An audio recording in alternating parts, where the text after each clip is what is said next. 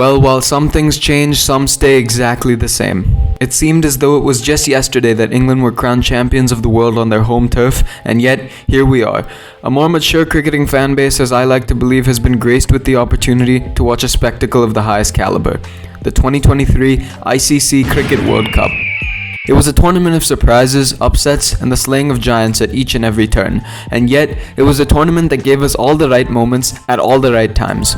Almost every game was an event, and looking at the way the tournament broke unprecedented viewership records, I can only imagine that Jay Shah's eyes had cartoon dollar signs in them. As has been the case with many international tournaments across sport in the recent past, the quality of games makes up for the lack of competent management. Yep, I just said that. However, that simple remark is not nearly enough negativity for today, so sit back, relax, and let the defecation of memes begin.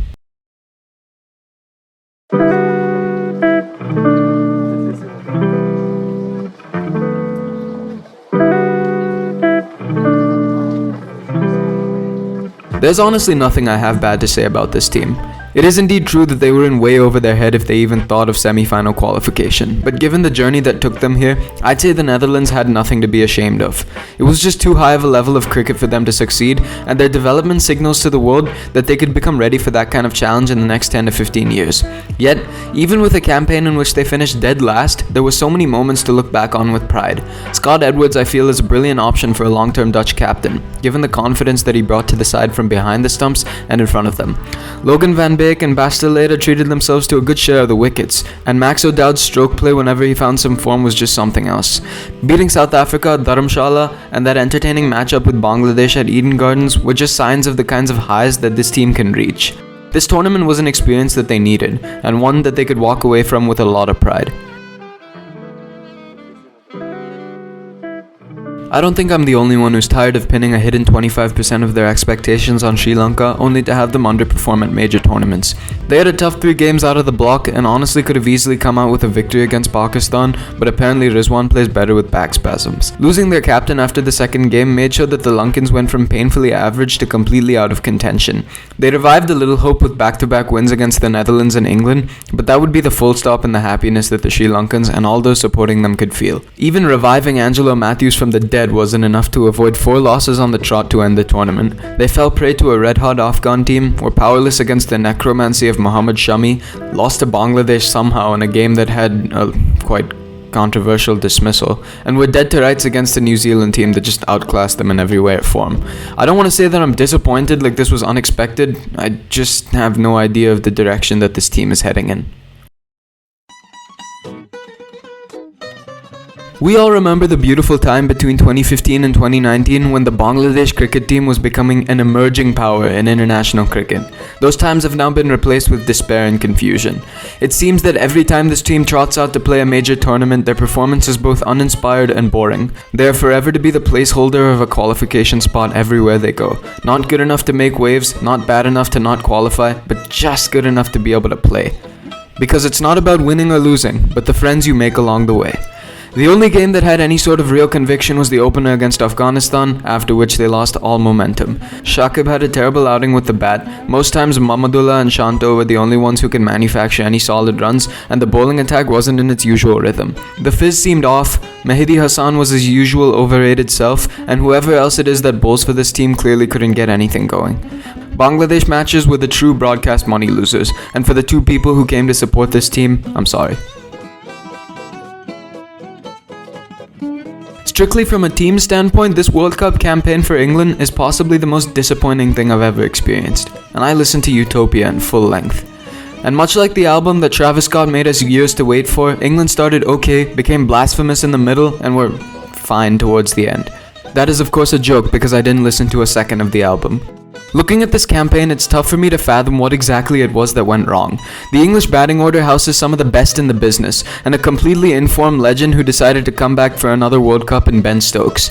It really just came down to form.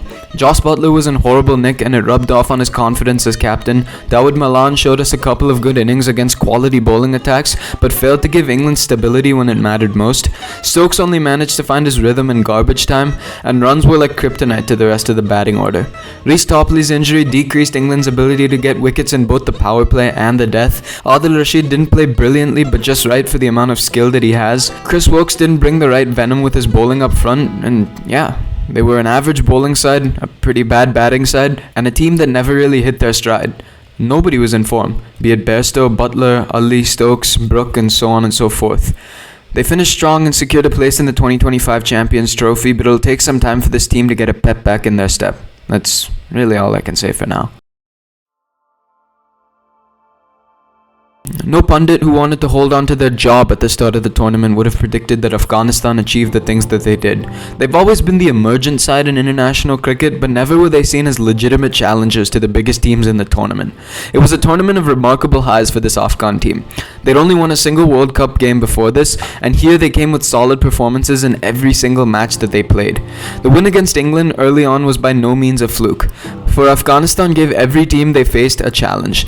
The team had finally found some sort of batting consistency and stability in the bowling department, even if that meant 4 complete spinners. They fought hard battles with each team that they played and gave some of the biggest names in world cricket a run for their money. Sure, they were on the end of some unfortunate losses, but that didn't mean by any stretch that this campaign was a failure or a fluke. You don't fluke your way to wins against England, Pakistan, and Sri Lanka. You don't fluke your way to 4 wins in contention for a semi-final spot. You don't fluke your way to hard-fought games every time you step out onto the field. You don't fluke your way to national records. You don't fluke your way to the most successful campaign in your country's history. Afghanistan deserves every bit of praise they get, and they should keep their heads up, because the future is definitely bright. 2 fruitless years that surely promised at some stage to bring some sort of tangible accomplishment back. Ever since that incredibly successful 2021 T20 World Cup run, the expectations have been back to sky high for this team. And yet, every time, they failed to deliver the goods. If not a trophy, then at least a semi-final berth was on the cards for the Corner Tigers, and yet, once more they fell short when it counted most. It wasn't even their lack of performance under pressure. The main issue here was the streak of losses they suffered in the middle of the tournament. They started with an incredibly convincing win over the Dutch and an even more convictive 345 run chase against the Sri Lankans, but then a tough set of games against India, Australia, Afghanistan, and South Africa consecutively proved to hurt them severely. It wasn't like they were even bad, they just failed to fire on any of the right cylinders.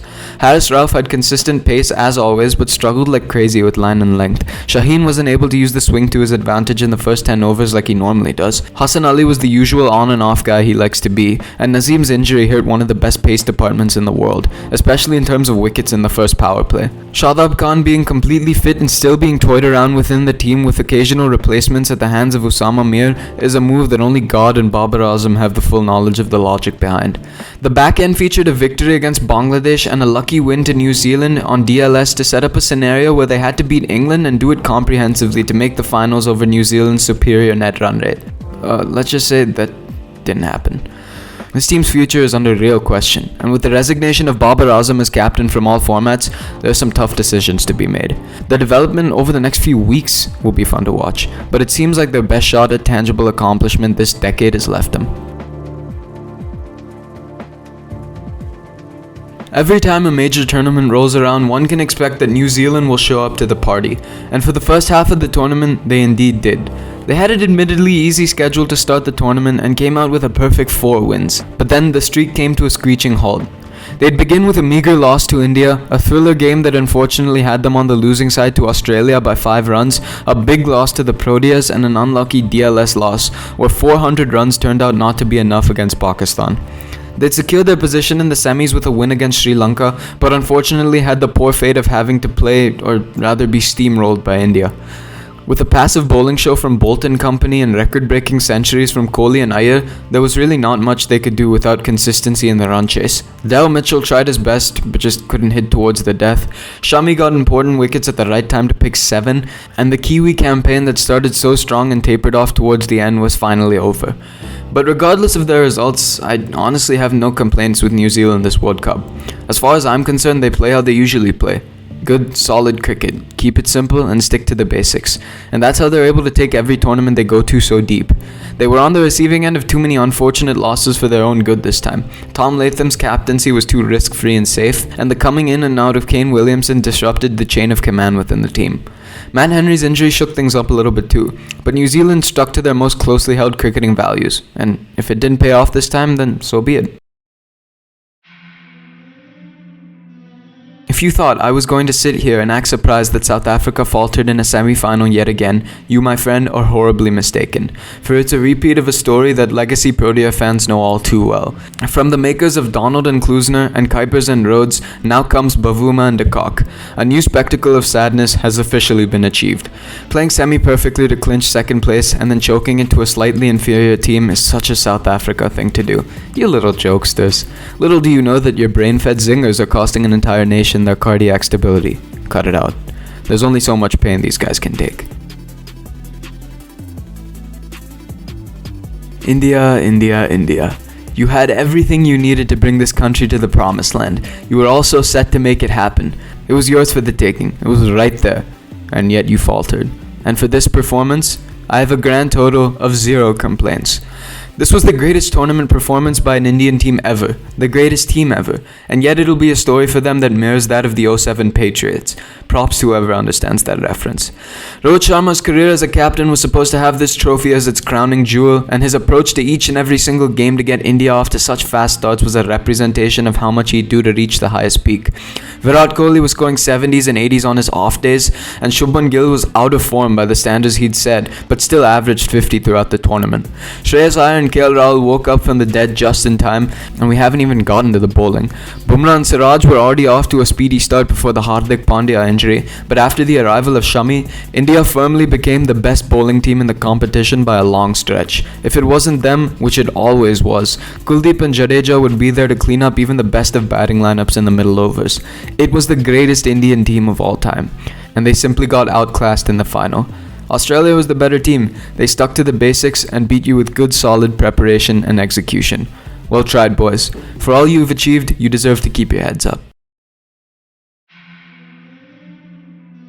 This is getting kind of annoying. Much like the teams of the 90s and the early 2000s that haunted us for years, we now have the Australians of the 2020s. They started off disappointingly, and yet they bounced back while on the right side of some close wins. A brilliant tournament performance. A classic tournament performance. An Australian tournament performance. A completely deserved 6th World Cup title. That feels odd coming off the tongue. Warner and Marsh were in the form of their lives, and the bowling lineup went under the radar, but had that killer instinct when it mattered most. And then there's Travis Head, good old Travis Head. Nobody, including myself, believed you'd make it when you first walked out onto a cricket field, and now you're hitting Trent Bolt over fine leg for sixes like it's nobody's business. A finger injury? No problem. I'll just come back with a century of 60-odd balls and get myself back in the groove. A flawless batting performance in the final, he'll just be ruining that he wasn't able to finish it. Glenn Maxwell was beating the ball up like it was trash-talking him. We saw a different side of him in this tournament. When you see 100 runs off 40 balls in an ODI and a double century with no footwork, you've seen it all. And thanks to Glenn Maxwell, I've indeed seen it all. There's nothing too special about this team or the way they play. Nothing over the top, nothing fancy, just good, solid cricket. Good research and good execution. The final just proved what I've been believing ever since the 4-0 Ashes sweep. Nobody prepares like Pat Cummins. Tedious field design and long hours of film watching paid off in a big way. Pat Cummins was perfect in his field placement, and his fielders returned the favor. The result? Australia are champions of the world. They showed up when it mattered most, and that's what counts. It's cricket, not Jamboree. Well, it's all finally over. The 4-year wait has blessed us with the tournament of a lifetime, thrilling in some capacities and heartbreaking in others. Nothing more can be said. For now, all we can do is sit back, relax, and watch mainstream media's impending ingestion of crappy memes, and hate on Australia for the next 4 years as we do for every cricketing dynasty that comes along. This is gonna be fun.